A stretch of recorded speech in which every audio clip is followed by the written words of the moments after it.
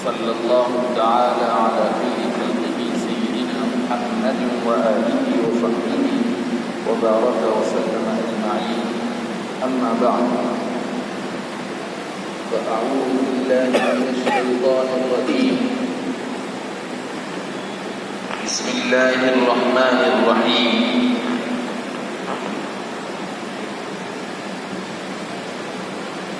ولا تقولوا لمن يقتل في سبيل الله أموات بل أحياء ولكن لا تشعرون. صدق الله العظيم وصدق رسوله النبي الكريم.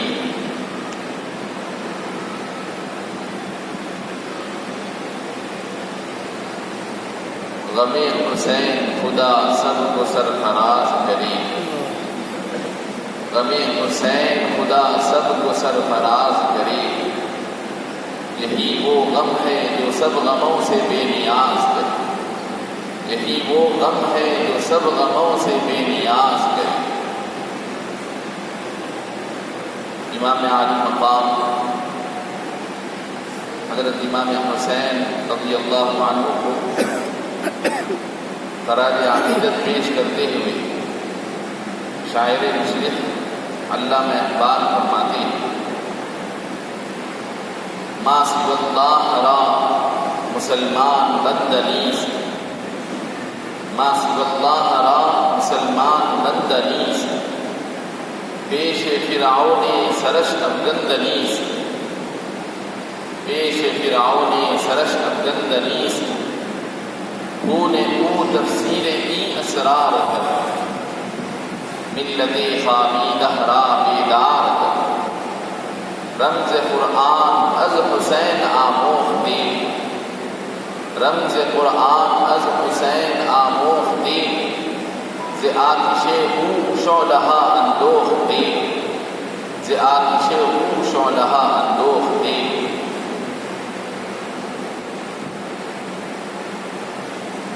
مسجد ہادہ کی تاریخی مسجد مکہ مسجد کے مؤذن مولانا حافظ قاری محمد حنیف صاحب اور مسجد ہادہ کے منتظمین اور اس کے ارکان و عملہ اور بزرگان ملت و برادران اسلام، السلام علیکم ورحمۃ اللہ وبرکاتہ. جیسا کہ ہم جانتے ہیں آج کا یہ روز یوم عاشوراء کے نام سے جانا جاتا ہے. یہ انسانی دنیا کی تاریخ میں قدیم سے ہی ایک مبارک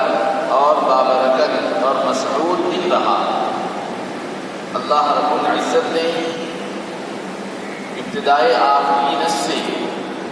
اس دن کو انبیاء کی سیرتوں سے، ان کے احوال و قواعد سے، ان کی زندگی کے اہم ترین واقعات سے اللہ تعالیٰ نے اس کو نسبت عطا فرمائی. قدیم سے یوم عاشوراء یہ مبارک اور مسعود دن ثابت ہوا. پھر اس پر مزید حضرت سیدنا امام عالی مقام سید شہداء امام حسین رضی اللہ عنہ کی شہادت عظمیٰ نے اس دن کی عظمت و فضیلت میں چار چاند لگے. دنیا کی مختلف اقوام اپنے نئے سال کا آغاز جشن اور ماتم سے کرتے ہیں، لیکن ایک عجیب اتفاق ہے کہ مسلمانوں کا جو اسلامی کیلنڈر ہجری سال ہے، یہ اس کا پہلا مہینہ بلکہ اس کی پہلی تاریخ سے ہی مسلمانوں کے لیے غم و اندوہ ناک کے انتہائی عظیم ترین واقعات، دو عظیم ہستیوں کی شہادتیں اس مہینے میں پیش آئی۔ ایک تو محرم کی پہلی تاریخ حضرت خلیفہ دو وقت سیدنا عمر فاروق رضی اللہ عنہ، جن کی خدمات سے اسلام عرب سے نکل کر افریقہ اور ایشیا اور دور دور تک اس کی کرنیں پہنچ گئیں۔ اسلامی سلطنت کا رقبہ غیر معمولی طور پر کافی وسیع ہو گیا۔ اس وقت کی دو سپر پاور طاقتیں جو سمجھی جاتی سلطنت روم اور سلطنت فارس، دونوں کمزور پڑ گئیں اور اس کے مقابلے میں اسلامی سلطنت کا دبدبہ ساری دنیا پر چھا گیا۔ وہ حضرت عمر فاروق رضی اللہ عنہ، جن کے لیے نبی پاک علیہ الصلوۃ والسلام دعا فرمائے، اللہم اعز الاسلام بعمر بن الخطاب، اے اللہ تو اسلام کو عزت، شان و شوکت اور سربلندی عطا کر۔ عمر بن خطاب کے ذریعے سے یہ شان کے مالک، جن کے لیے نبی پاک علیہ الصلوۃ والسلام نے فرمایا اگر میرے بعد کوئی نبی ہوتے تو عمر بن خطاب، اس شان کے مالک عمر فاروق رضی اللہ عنہ کی شہادت عظمیٰ کا واقعہ اسی ماہ محرم الحرام کی پہلی تاریخ کو، سن اسلامی کی پہلی تاریخ کو یہ واقعہ جو پیش آ گیا، تو مسلمانوں کے لیے اب کیا جشن اور کیا رقص و سرود کی محفلوں کی گنجائش باقی رہتی ہے؟ پھر اس پر نواسہ رسول، جگر گوشہ بطول حضرت سیدنا امام عالی مقام امام حسین رضی اللہ عنہ اپنے احباب اور افراد خانہ کے 72 نفوس قدسیہ کے ساتھ اسلام کی سربلندی اور خلافت اعلیٰ منہاج النبوہ کی بقا کے شہادت کا جام آپ نوش فرمائے اسی ماہ محرم کی 10 تاریخ یوم عاشوراء کے۔ یہ وہ غم و اندوہناک واقعات ہیں جس کے بعد ایک سلیم الفطرت انسان کے لیے اپنی نفسانی خواہشات پر عمل پیرا ہونا کچھ ممکن نہیں رہتا، کچھ آسان نہیں رہتا۔ جو اپنے دل میں قلب سلیم رکھتا، سلیم الفطرت انسان ہے، وہ اپنے آپ کو غیر شرعی طور پر جشن اور خوشی کے ماحول سے بچائے رکھتا۔ ایک ہے کہ سوگ منانا اور ایک ہے فطری طور پر غم کا تعلیم۔ تو اسلام میں سوگ منانے کی جو جہاں تک کے بات ہے، سوگ منانا یہ بیوی کے لیے حق بنتا ہے کہ وہ 4 مہینے 10 دن تک سوگ منائے، غم کا اظہار کرے، مظاہرہ کرے، کسی بھی قسم کی خوشی کی تقاریب سے اپنے آپ کو دور رکھے، اپنے آپ کو سجاوٹ سے، اپنے آپ کو مزین کرنے سے بچائے۔ بیوی کے علاوہ ماں باقی افراد خانہ 3 دن کے لیے نبی پاک علیہ الصلوۃ والسلام نے سوگ منانے کی اجازت دی، سوگ منانا نہیں، لیکن اس کا یہ مطلب نہیں کہ انتقال کے بعد صرف 3 دنوں تک ہی انسان کے اوپر غم داری رہتا ہے۔ غم تو انسان کا سال ہر سال کیوں نہ بیت جائے، غم ایک فطری چیز ہے جو انسان کے اوپر خود بخود طاری ہوتا ہے، غم منایا نہیں جاتا۔ غم فطرت انسانی کا تقاضا 100 سال یا 1000 سال بھی کیوں نہ بیت جائے، جس انسان کے دل میں قلب سلیم ہوتا، اس کی فطرت صحیح مداح کی حامل ہوتی ہے، جب کبھی اس کے ذہن پر کوئی غمگین واقعہ تازہ ہوتا تو خود بخود اس کے دل و دماغ پر غم کے آثار نمایاں ہو جاتے ہیں۔ تو غم کا فطری طور پر دل کے اندر پایا جانا یہ ایک فطرت کا تقاضا، البتہ اس غم کا اظہار کرنا، اس کو منانا، اس کو سوگ منانا کہتے ہیں، یہ اسلام اس کی اجازت نہیں، سوگ منانے کی اجازت نہیں، لیکن فطری طور پر انسان، ارے امام حسین رضی اللہ عنہ تو بہت بڑی بات ہے، ان کا مقام کیا پوچھتے، ایک عام اگر انسان کے سامنے اگر کوئی خطرناک حادثہ پیش آ جاتا ہے، اس کی آنکھوں کے سامنے کوئی زبردست حادثہ پیش آ جاتا ہے، کوئی سڑک پر کوئی خطرناک حادثہ ہو جاتا تو زندگی بھر آدمی اپنی آنکھوں سے اس منظر کو نہیں نکال سکتا، اور جب کبھی وہ منظر اس کی نگاہوں کے سامنے تازہ ہوتا ہے، خود بخود وہ آدمی مغموم ہو جاتا، خود بخود مغموم ہو جاتا ہے، غم طاری ہو جاتا ہے۔ یہ تو امام حسین عالی مقام رضوان اللہ علیہ اجمعین کا پورا سارے کا سارا خط، کنبے کا کنبہ جس دردناک حالات کے ساتھ گزرا، یزید جیسا ناخلف بادشاہ آپ کے مقابلے میں ٹھہرا ہوا تھا، وہ نبی پاک علیہ الصلوۃ والسلام کے اسلامی نظام حکومت کو تباہ و تاراج کر رہا تھا۔ ایسے موقع پر امام حسین رضی اللہ عنہ کے لیے یہ حق بنتا، یہ ان کے اوپر واجبی حق تھا کہ آپ اسلامی نظام حکومت کو علی منہاج نبوت باقی رکھنے کے لیے، کہ اسلام کوئی باپ داداؤں کی بادشاہت کا نام، اسلام کے اندر اسلامی حکومت میں کبھی بھی ایک موروثی بادشاہت کا طریقہ اسلام کبھی بھی رائج نہیں کیا، نافذ نہیں کیا۔ امام حسین رضی اللہ عنہ دیکھ رہے تھے کہ اس کے ذریعے سے اسلام کے خلاف ایک بہت بڑا دروازہ کھل جائے گا۔ حضرت امام حسین رضی اللہ عنہ اس کی خاطر یزید کے خلاف برسر پیغام، اس کے ہاتھ پر بیعت کرنے سے آپ نے برملا انکار کر دیا۔ یزید اور اس کے ظالم و جابر حکمرانوں نے امام حسین رضی اللہ عنہ کے لیے جینا دو گھر کر دیا۔ امام حسین رضی اللہ عنہ کوئی جنگ نہیں چاہتے تھے، کوئی لڑائی نہیں چاہتے تھے۔ امام حسین رضی اللہ عنہ امن و سلامتی کے ساتھ یہی مطالبہ کر رہے تھے کہ یا تو میں اس یزید کی جانشینی کو قبول نہیں کرتا، یزید کو بحیثیت بادشاہ میں تسلیم نہیں کرنا چاہتا ہوں، اس لیے میں بیعت نہیں کرتا ہوں۔ اگر تم کو میرا بیعت کرنا نہ کرنا، یزید کی حکومت میں میرا داخل نہ ہونا تم کو منظور نہیں ہے تو مجھے چھوڑ دو آزاد، میں جاؤں گا اسلامی سلطنت کی کسی بھی حد پر جا کر جہاد کرتے ہوئے اسلامی حدود کو وسیع کرتا ہوا اللہ کے دین کی نشر و اشاعت کو مصروف رہوں۔ لیکن یزیدی لشکر نے اس کو بھی قبول نہیں کیا، مجبوراً امام حسین رضی اللہ عنہ کی شہادت کا واقعہ پیش آیا۔ انہوں نے امام حسین کو اس طرح تنگ کیا، ان کا دائرہ تنگ کیا، ان کو گھیرے میں لیا، یہاں تک کہ ان کے لیے کھانا پانی کو ایک انسان کا فطری حق ہے، جو کہ دریائے فرات قدرتی دریا،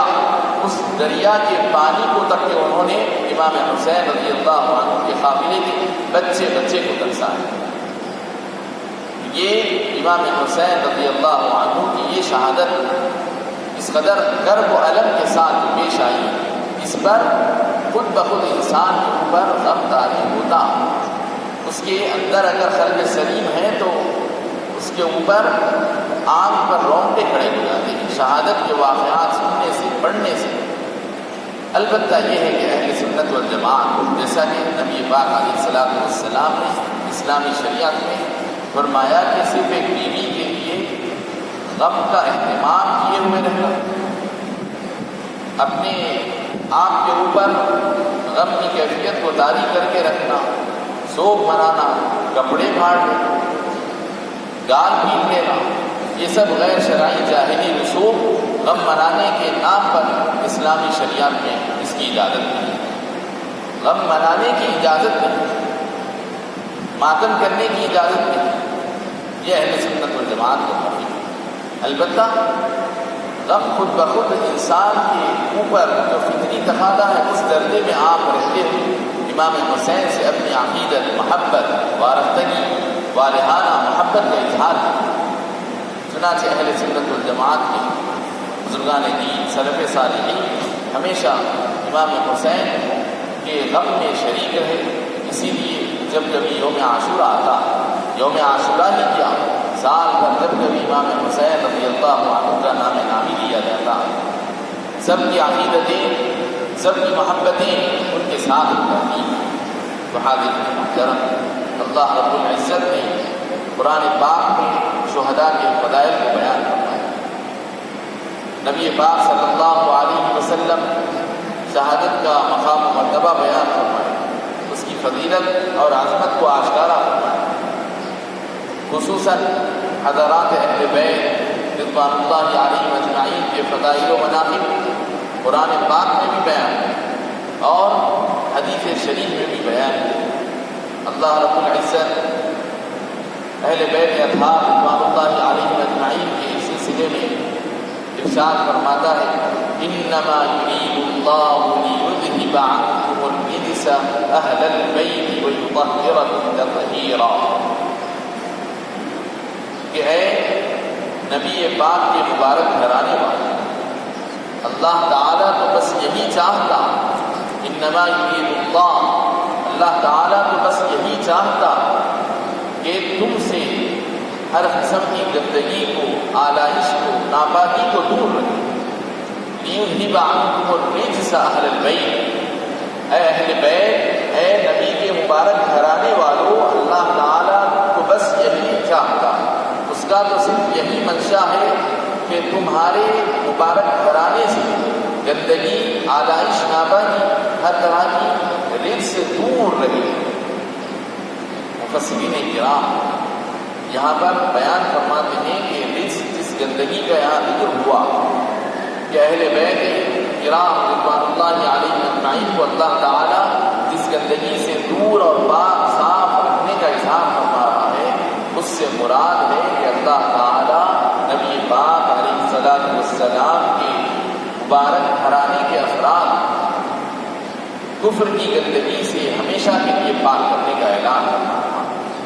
شرک جیسی ناپاکی سے اللہ تعالیٰ ان کو پاک رکھنے کا وعدہ فرما رہا اور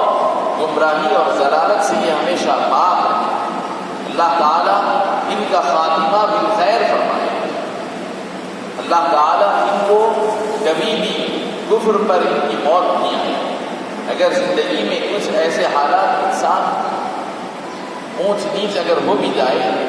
انسان کی فطرت کے مطابق کچھ عمل میں کچھ فسق و فجور ہو بھی جائے، تو اللہ تعالیٰ مرنے سے پہلے انہیں توبہ کی توفیق عطا فرما کر ان کا خاتمہ خیر فرماتا۔ تو حاضرین محترم، یہ فضیلت ہے اہل بیت کرام رضوان اللہ علیہم اجمعین۔ اہل بیت کرام رضوان اللہ علیہم اجمعین کے فضائل و مناقب بیان کرتے ہوئے ایک مرتبہ نبی پاک علیہ السلام گھر میں داخل ہوئے، حضرت ام سلمہ رضی اللہ عنہ، بی بی ام سلمہ رضی اللہ عنہ ازواج مطہرات بہت ہی فقیہہ سمجھدہ تھیں، خواتین ان کے پاس آ کر دینی مسائل میں شرعی رہنمائی حاصل فرماتی۔ حضرت ام سلمہ رضی اللہ عنہ کے گھر نبی پاک علیہ السلام تشریف لائے، لانے کے بعد یکایک آپ حضرت سیدنا بی بی فاطمہ الزہرا رضی اللہ عنہ کو طلب فرمائے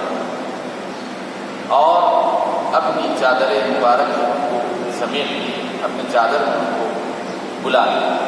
پھر حضرت سیدنا علی مرتضیٰ کرم اللہ وجہہ کو طلب فرمائے، ان کو بھی اپنی چادر میں لی۔ پھر اس کے بعد حضرت سیدنا امام حسن، امام حسین رضی اللہ عنہما کو طلب فرما کر ان چاروں حضرات اپنی عبائے مبارک میں شامل فرما لیا اور اپنی چادر کو ان کے اوپر سے لپیٹ کر دعا کرتے ہوئے ارشاد فرمائے،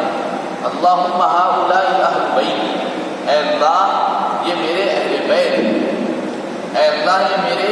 گھرانے والے ہیں، میرے افراد خانہ،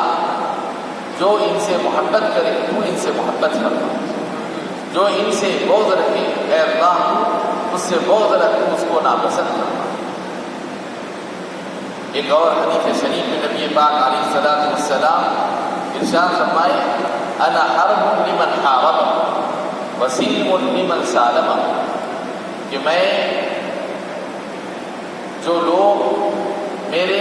اہل بیت سے جنگ رکھتے ہیں، ان سے مخالفت، عناد، دشمنی رکھتے ہیں، میں ان کے لیے جنگ کا اعلان کرتا ہوں، اور جو ان سے صلح صفائی، دوستی، ہمدردی، ان کے ساتھ خیر خواہی کرتا ہے، میں اس کا خیر خواہ ہوں، میں اس کے لیے امن ہوں، میں اس کے لیے سلامتی کا پیغام ہوں،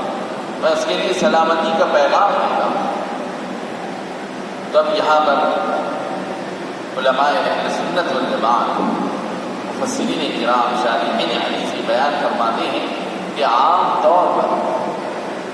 کسی کی نسل اور کسی کے افراد خانہ، یعنی نبی پاک علیہ الصلوۃ والسلام گھر میں تشریف لانے کے بعد اس طرح کا یہ غیر معمولی عمل کیوں فرمائے کہ گھر میں تشریف لائے اور اس کے بعد اپنی صاحبزادی کو طلب فرمائے، اپنے داماد کو طلب فرمائے اور اپنے نوازوں کو طلب فرما کر اپنی چادر مبارک میں جو شامل فرمائے، اس طرح کا عمل کیوں فرمائے؟ تو یہاں پر مفسرین کرام یہ بیان فرماتے ہیں کہ عام طور پر دنیا کا یہ اصول ہے کہ آدمی کی جو نرینہ اولاد، اس کے جو بیٹے ہوتے ہیں، پوترے جو ہوتے ہیں،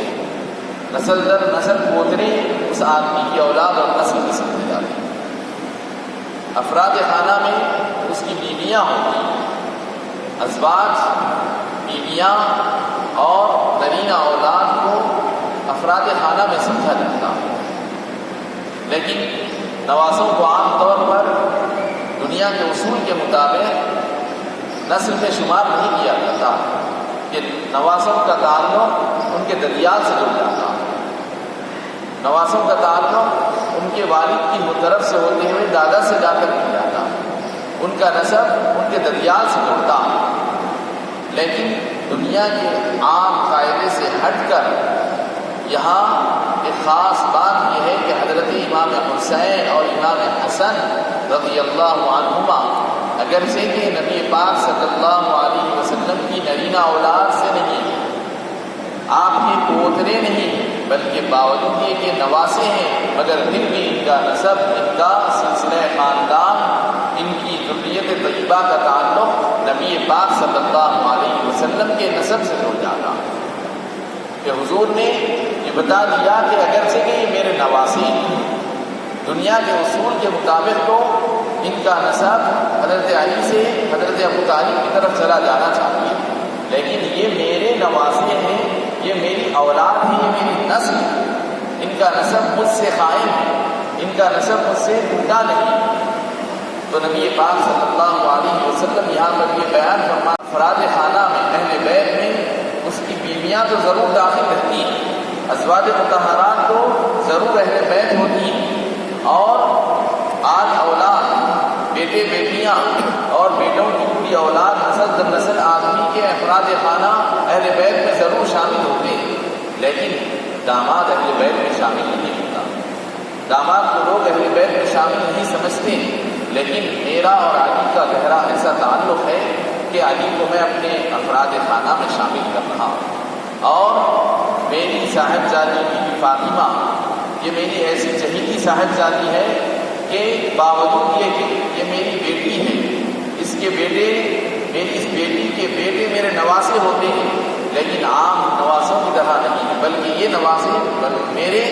اولاد کے معنی میرے نسب سے جڑتے ہیں۔ تو نبی پاک علیہ الصلوۃ والسلام اس طرح ان حضرات کو خصوصی طور پر اپنے اہل بیت میں شامل فرمائے۔ تو اس طرح اہل سنت والجماعت کے پاس اہل بیت کا معنی اور مطلب صرف 4-5 حضرات کے حد تک محدود نہیں، اہل بیت دوسرے حضرات کے نزدیک اہل بیت کا معنی صرف 5 حضرات وہ مراد لیتے ہیں۔ پنجتن ان کو کہتے ہیں، 5 تن 5 قسم، یعنی نبی پاک علیہ الصلوۃ والسلام، حضرت سیدنا امام حسین، امام حسن اور حضرت بی بی فاطمہ اور حضرت سیدنا علی مرتضیٰ رضی اللہ عنہ، ان 5 ہی لوگوں کو وہ اہل بیت سمجھتے ہیں، اور ان 5 ہی لوگوں کو وہ فضیلت کا، اہل بیت کے فضائل کا مصداق تصور کرتے ہیں۔ لیکن یہاں پر اہل سنت والجماعت کے موقف کے مطابق یہ بتایا جا رہا ہے کہ یہ 5 حضرات کو حضور نے خصوصی طور پر اہل بیت میں شامل فرما دیا تاکہ کسی کے ذہن میں یہ غلط فہمی نہ رہے کہ یہ تو حضور کی صاحبزادی کی اولاد ہے، حضور کے نسل سے، حضور کے نسب سے ان کا تعلق نہیں ہے، بلکہ حضور بطور خاص ان کو اپنے گھرانے میں داخل کیے اور بتا دیے کہ میرے ازواج جیسے میرے اہل بیت ہیں اور میرا خاندان قبیلہ میری بیٹیاں جیسے اہل بیت میں ہیں، اسی طرح میری بیٹی کی یہ اولاد میرے اہل بیت، امام حسن میرے اہل بیت، حسین میرے اہل بیت، حسن اور حسین کی پوری نسل قیامت تک کے لیے میرے اہل بیت۔ تو حضور پاک علیہ السلام اس طرح خصوصی موقف، اسپیشل اسٹیٹس جس کو کہتے ہیں، وہ حضرت امام حسن اور امام حسین اور حضرت علی رضی اللہ عنہ کو عنایت فرمائے اور اعلان فرما دیے کہ انما یرید اللہ لیذھب عنکم الرجس اہل البیت ویطہرکم تطہیرا والی آیت اس طرح میری ازواج مطہرات کے لیے اس کی فضیلت ہے۔ اہل بیت کے جو فضائل قرآن و حدیث میں آئے ہیں ان فضائل میں جیسے میری ازواج داخل ہیں اور جیسے میری دوسری صاحبزادیاں داخل ہیں اور میرے نسب اور خاندان کے جو لوگ داخل ہیں، اسی طرح حسن اور حسین رضی اللہ عنہما اور حضرت علی بھی ان فضیلتوں میں میرے ہی خاندان میں شامل ہو گئے، میرے ہی خاندان میں ان کا شمار۔ کوئی یہ غلطی نہ کرے کہ امام حسن امام حسین چونکہ حضور کے نواسے ہیں اور نواسے کسی کے اہل بیت میں داخل نہیں ہوتے، ایسا ہرگز کوئی نہ سمجھے، بلکہ حضور نے اعلان کر دیا انا حرب لمن حارب، جو ان کو میرے اہل بیت سے نہیں سمجھتا، میرے مبارک گھرانے سے ان کا تعلق نہیں سمجھتا، میرے مبارک گھرانے کی جو فضیلت قرآن اور حدیث میں آئی ہے اس فضیلت کا ان کو بہتر نہیں سمجھتا ہے، میں اس کے لیے جنگ کا اعلان کرتا ہوں۔ انا حرب لمن حارب وسلم لمن سالم، اور میں جو ان کے ساتھ ہمدردی، شفقت، مہربانی، دوستی، صلح صفائی، محبت والا معاملہ کرتا ہے، میں اس کے لیے امن سلامتی کا وعدہ کرتا ہوں۔ امام حسن امام حسین رضی اللہ عنہما ان کا جب بچپن کا زمانہ کھیلتے ہوئے مسجد میں آ جاتے، کبھی تو نماز ہوتے رہتی، نبی پاک صلی اللہ علیہ وسلم کی پشت اقدس پر سوار ہوا، نبی پاک صلی اللہ علیہ وسلم کہیں ان کو کوئی غضب نہ پہنچ جائے، کوئی تکلیف نہ ہو جائے، کوئی مار نہ لگ جائے، کوئی چوٹ نہ آ جائے، نماز کی حالت میں ہوتے تو آپ اپنی پیٹھ سے ان کو اتارتے، بلکہ انتظار کرتے کہ وہ خود اپنے طور پر بیٹھے بیٹھے خود جی بھر جانے کے بعد خود اپنے سے اتر جائے، حتیٰ کہ اسی خاطر حضور کو کبھی سجدہ بھی لمبا کر دیا، حالانکہ عین نماز کا نماز جیسی عبادت نبی پاک صلی اللہ علیہ وسلم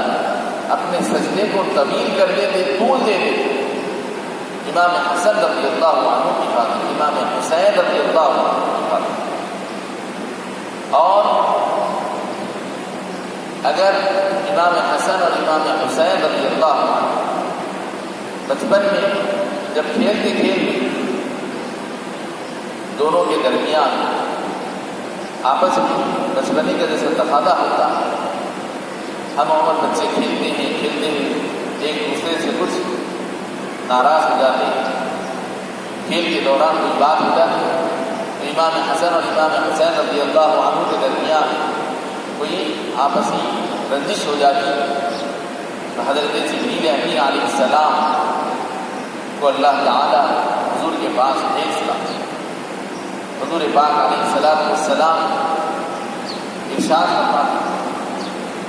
کہ اللہ رب العزت ان سے محبت فرماتا ہے، ان کے لیے جبریل امین کو زمین پر بھیجتا۔ حضرت جبریل امین علیہ السلام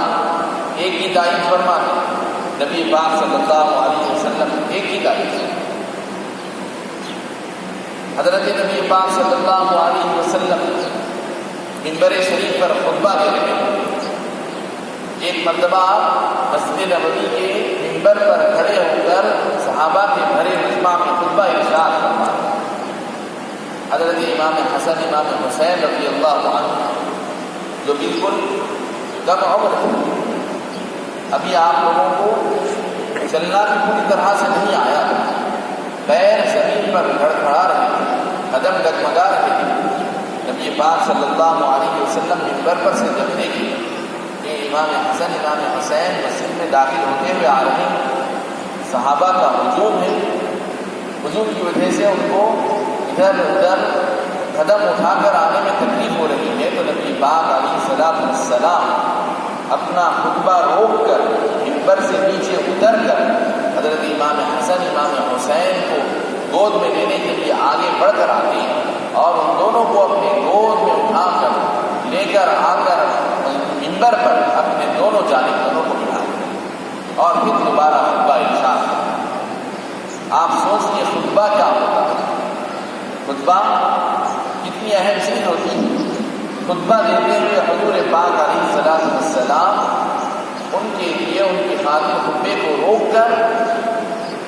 تشریف لا کر ان کو گود میں اٹھا لے کر لے جاتے ہیں اور منبر پر بٹھا کر دوبارہ خطبہ ارشاد کرتے۔ تو آپ سمجھ سکتے ہیں کہ اہل بیت کرام نبی پاک صلی اللہ علیہ وسلم مبارک گھرانے کی کیا شان، اس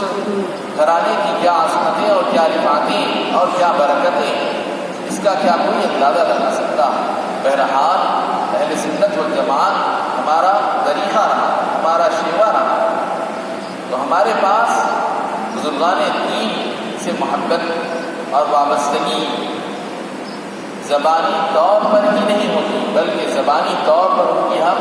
سیرت کو، زندگی کو، ان کی فضیلت کو ایک دوسرے کے درمیان بیان کرتے ہیں اور دینی طور پر ان سے محبت عقیدت اس طور پر رکھتے ہیں کہ ان کی زندگی کے ایک ایک واقعے کی حفاظت کرتے ہیں، ان کی ایک ایک ادا کو محفوظ رکھنے کی کوشش کرتے ہیں اور ان کی زندگی کے واقعات میں تبدیلی اور تحریف نہیں ہے۔ واقعات ان کی زندگی کے ہم محفوظ رکھنا چاہتے ہیں، کیونکہ ان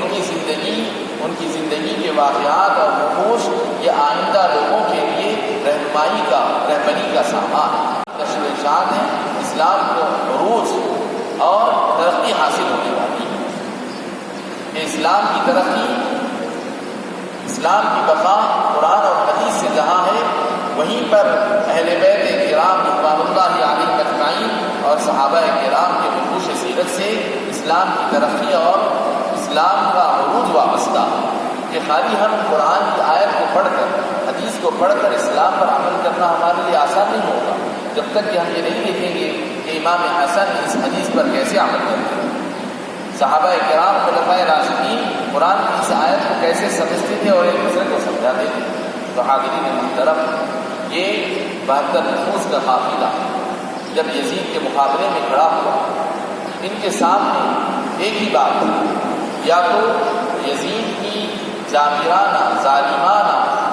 ڈکٹیٹرشپ والی خود مختار حکومت جو منمانی قائم ہوئی تھی، جو عوامی سطح پر منتخب کر کے نہیں آئی تھی، جو عوامی طور پر الیکٹڈ نہیں تھی، جیسے کہ آپ دیکھتے ہیں کہ الیکشن ہوتا ہے، عوام اپنے حاکم کو چنتے ہیں، یزید اس طرح سے عوام کی مرضی سے چنا ہوا بادشاہ ہے، بلکہ وہ ایک ڈکٹیٹرشپ خود مختار حکومت کا حکمران۔ حضرت امام حسین رضی اللہ عنہ جب دیکھیں کہ یزید کی وجہ سے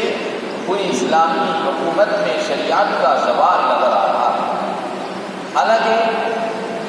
امام حسین کے سامنے ان کے بڑے بھائی کا ایک نمونہ ہے، حضرت امام حسن رضی اللہ عنہ۔ امام حسن رضی اللہ عنہ کے مقابل میں ایک صحابی رسول حضرت امیر معاویہ رضی اللہ عنہ تھے، امام حسن رضی اللہ عنہ کے مقابل میں صحابی رسول حضرت امیر معاویہ رضی اللہ عنہ،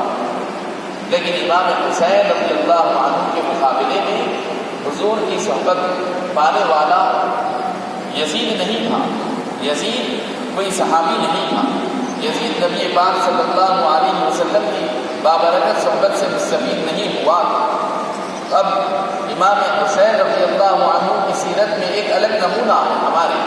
امام حسن رضی اللہ عنہ کی سیرت میں ایک الگ نمونہ ہے۔ لوگ امام حسین رضی اللہ عنہ کی شخصیت کو داغدار کرنے کے لیے، ان پر الزام تراشی کے لیے کہتے ہیں کہ امام حسین رضی اللہ عنہ نعوذ باللہ اپنی جان کو جوخوں میں کیوں ڈالے، اپنی جان کو انہوں نے کیوں گوایا، کیوں ضائع کیا، جیسا کہ ان کے بھائی امام حسن رضی اللہ عنہ صلح کرتے ہیں، یہ بھی صلح کرتے کر اپنی جان کو بچا لیں۔ اس طرح حضرت امام حسین کی شان میں گستاخی کی جاتی ہے۔ حاضرین محترم، یہاں پر ہم کو چوکنا رہنے کی ضرورت۔ بات دراصل یہ ہے کہ امام حسین کا جو اقدام تھا، آپ جو صلح نہیں کی، آپ جو باطل کے آگے اپنا نہ ٹیکے،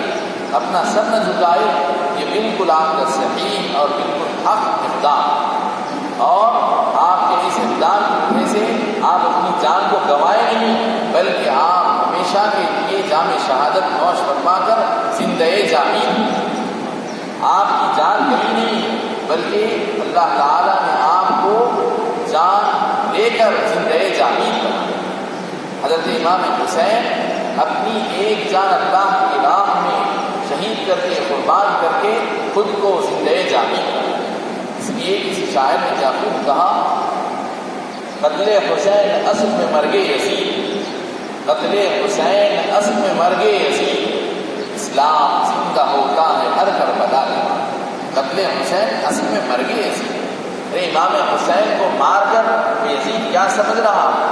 یا امام حسین مر گئے؟ نعوذ باللہ، امام حسین تو مرے نہیں، وہ تو اس جام شہادت نوش فرما کر ہمیشہ ہمیشہ کے لیے زندوں میں شامل۔ اسی لیے قرآن کہہ رہا ہے وَلَا تَقُولُوا لِمَن يُقْتَلُ فِي سَبِيلِ اللَّهِ أَمْوَاتًا،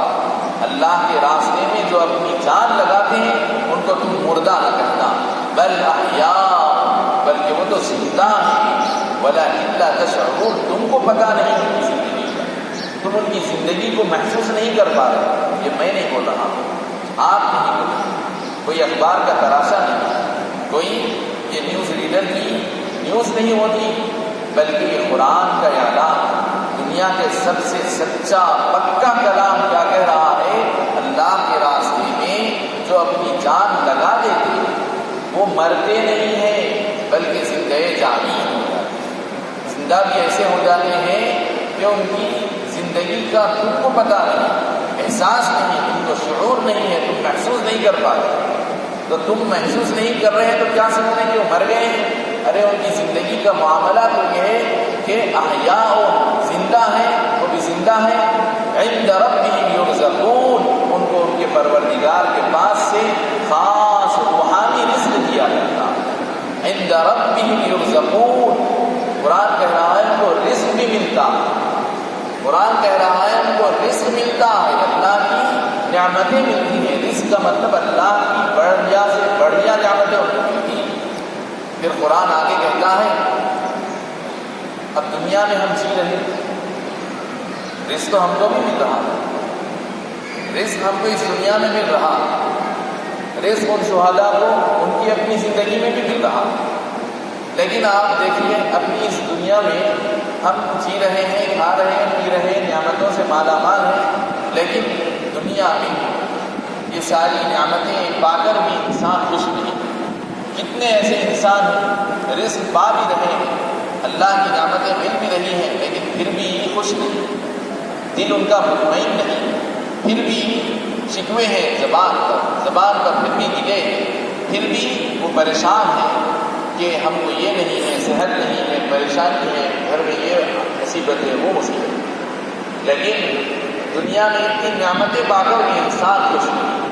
اور وہاں بتایا جا رہا ہے وہ شہداء کا یہ حال ہے کہ اللہ کی ان کو جو نعمتیں مل رہی ہیں، نعمتیں بھی ایسی ہیں کہ ان نعمتوں پر ان کو خوشی بھی مل رہی ہے،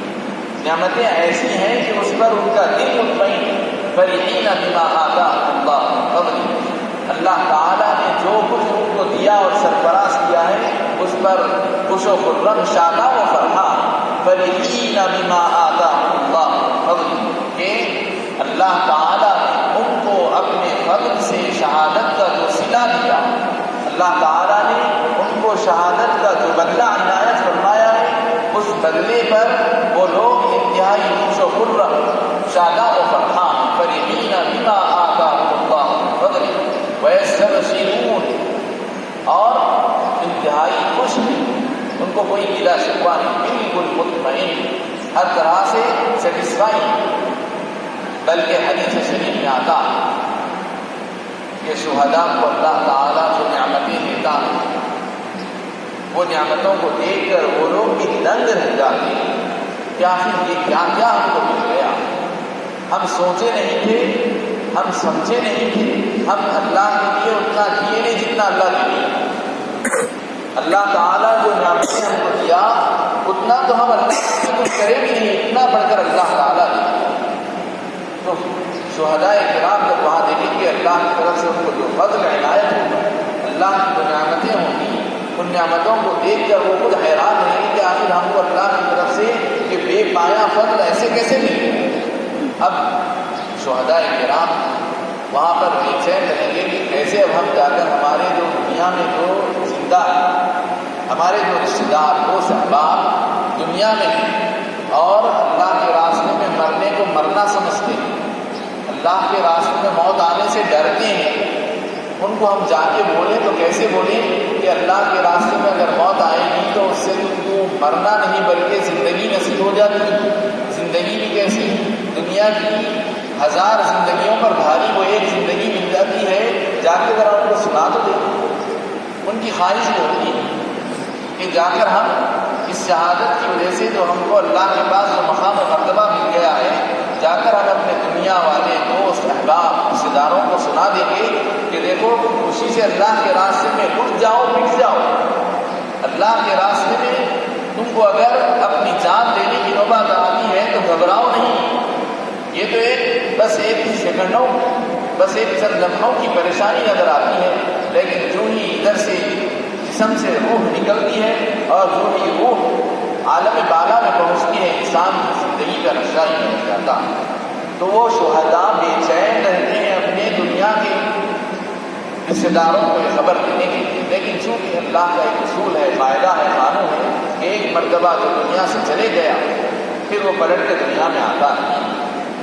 بس یہاں پر بتانا یہ مقصود ہے کہ شہادت ایک بہت بڑا مقام، اسی لیے قرآن پاک میں شہداء کی فضیلت کا ذکر کرتے ہوئے ارشاد فرمایا اولئک الذین انعم اللہ علیہم من النبیین والصدیقین والشہداء والصالحین، کہ اللہ کے انعام یافتہ بندے اللہ کے انبیاء ہیں اور صدیقین ہیں، جیسے حضرت ابوبکر صدیق۔ اللہ کے انعام یافتہ بندے کون ہیں؟ جو انبیاء ہیں۔ انبیاء کا مرتبہ سب سے اونچا، سب سے بڑا، پھر انبیاء کے بعد سب سے بڑا مرتبہ صدیقین کا۔ تو فرمایا جا رہا ہے کہ انبیاء کے بعد صدیقین کا مرتبہ، چنانچہ حضرت ابوبکر صدیق کو اللہ تعالیٰ نے صدیقین میں شامل کر من النبیین والصدیقین والشہداء، پھر مرتبہ ہے شہداء، تو اللہ تعالیٰ نے شہداء کے مرتبے کو بہت اونچا بنایا۔ والشہداء والصالحین، ماں باقی نیک لوگ جتنے ہیں وہ سب شہداء کے بعد، تو اللہ تعالیٰ نے شہداء کو بہت اونچا مقام عطا کیا۔ شہید کا کیا مرتبہ ہے، کیا پوچھنا ہے؟ جو آدمی اللہ کے راستے میں شہید ہو جاتا ہے، آپ سب جانتے ہیں خون جو ہوتا ہے، خون ناپاک ہے۔ اسلامی شریعت مسلمانوں کے پاس خون ایک ناپاک چیز ہے۔ اگر خون جسم کا، ہمارے اپنے جسم کا خون، جانور کا خود ہمارا اپنا خون بھی اگر نکل جائے گا جسم سے، ایک قطرہ نکل کے بہہ جائے گا تو ہمارا وضو ٹوٹ جائے گا، اور وہ خون اگر کپڑے پہ لگ جائے گا تو وہ کپڑے پر لگے ہوئے خون لگے ہوئے کپڑے سے ہم نماز نہیں پڑھ سکتے، ہماری نماز نہیں ہوتی۔ خون اگر پانی میں گر جائے گا تو پانی ناپاک ہو جائے گا۔ تو خون ایسی ناپاک چیز ہے، دیکھیے آپ، خون ایسی ناپاک چیز ہے،